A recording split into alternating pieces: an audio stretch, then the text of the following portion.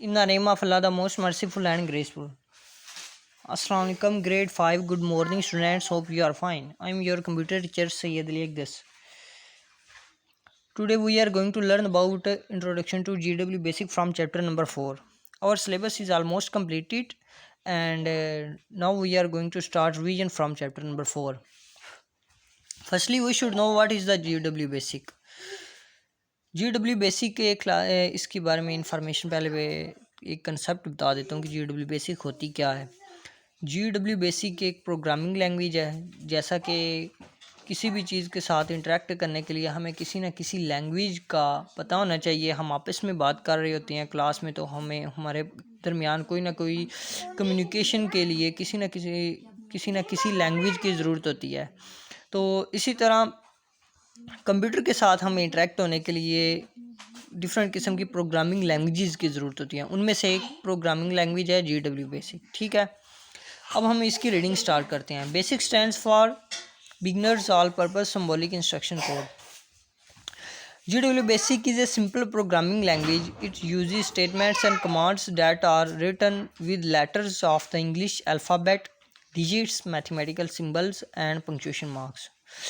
एक क्लास है, ये एक सिंपल प्रोग्रामिंग लैंग्वेज है। हम इसमें प्रोग्राम्स लिखते हैं, लाइंस के साथ प्रोग्राम्स को लिखा जाता है। तो उसके अलावा इसमें हम डिफरेंट किस्म की स्टेटमेंट्स को यूज़ करते हैं, स्टेटमेंट्स और कमांड्स को यूज़ करते हैं जिनके अंदर हम डिफरेंट किस्म के लेटर्स लिखते हैं। किसके? इंग्लिश के लेटर्स आ जाते हैं और अल्फ़ाबेट्स आ जाते हैं। डिफरेंट किस्म के डिजिट्स वगैरह यूज़ करते हैं और मैथ की डिफरेंट किस्म की सिंबल्स यूज़ करते हैं। सिंबल्स में आ जाएगा कि जैसे कि एंड और नॉट ऑपरेशंस, डिफरेंट किस्म के जो ऑपरेशंस हम यूज़ करते हैं ना, वो सिंबल्स में आ जाएगा। और उसके अलावा पंक्चुएशन मार्क्स वगैरह आ जाएंगी। We can instruct computers through commands and statements, but we must follow the correct syntax to avoid making any mistakes. हम डिफरेंट किस्म की कमांड्स और स्टेटमेंट्स को तो यूज़ करते हैं, लेकिन वो जो कमांड्स और स्टेटमेंट्स है वो किसी ना किसी सिंटैक्स को फॉलो करते हुए लिखी जाती हैं।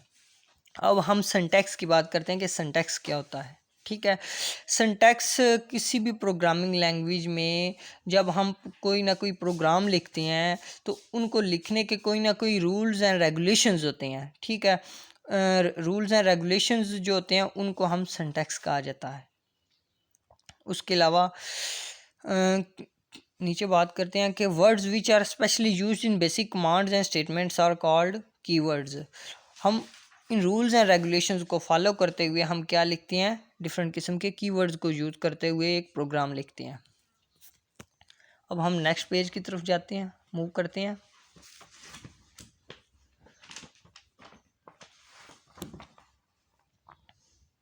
Commands and statements. कमांड क्या होती है? कमांड एक क्लास है, ये एक इंस्ट्रक्शन है जो कंप्यूटर को कहती है कि to perform a specific action. Command is an instruction, कोई ना कोई इंस्ट्रक्शन होती है जो हम कंप्यूटर को देते हैं, जो कंप्यूटर को कहती है कि कोई ना कोई स्पेसिफिक टास्क को परफॉर्म करे। वो स्पेसिफिक टास्क डिफरेंट किस्म के हो सकते हैं। इसकी डिफरेंट किस्म की एग्जांपल्स की बात करें कि कमांड्स कौन कौन सी होती हैं। लोड कमांड की बात करते हैं। लोड्स के नेम से ही जाहिर है कि लोड करेगी किसी ना किसी चीज़ को। जैसा कि हमने कंप्यूटर को कोई इंस्ट्रक्शन दी है, तो हमने कंप्यूटर को इंस्ट्रक्शन दी है, वो उस इंस्ट्रक्शन के अकॉर्डिंग वो हमारा जो भी काम है, हमारी जो इंस्ट्रक्शन है उसको लोड कर रही होती है। जैसा कि load command use to move a program from a secondary storage device to primary storage of the computer. After the program is loaded, the computer can read it and follow its instructions.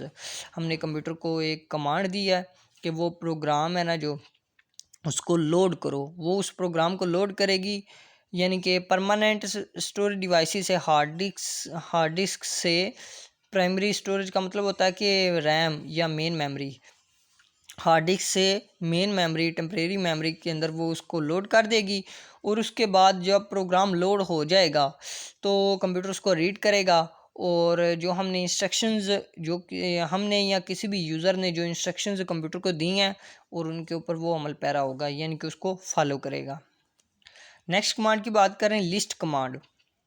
List command is use to make the computer to display the program that is currently in the computer's memory.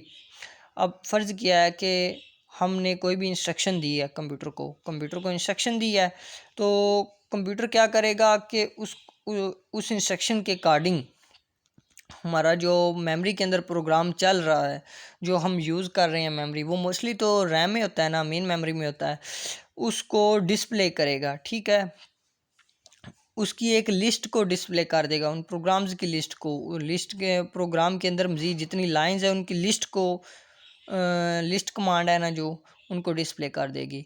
This helps us to detect and correct any error in the program before it is executed.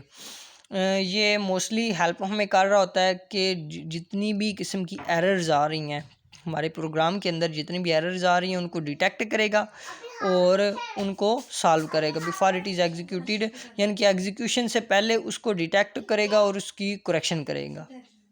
अब run command की हम बात करते हैं। Run command allows the computer to carry out or execute a program from memory or from a disc.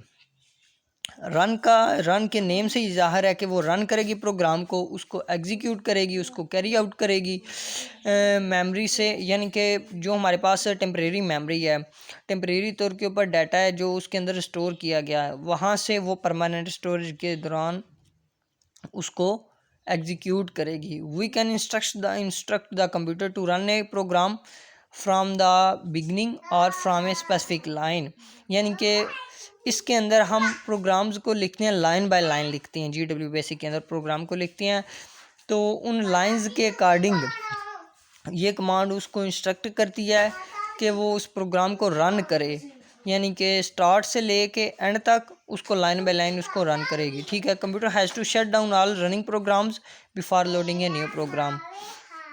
Computer has to shut down all running programs before loading a new program, यानी कि new program load करने से पहले वो जितने भी programmes हमारे चल रहे हैं कंप्यूटर उसको शट डाउन कर देगा। That's all for today.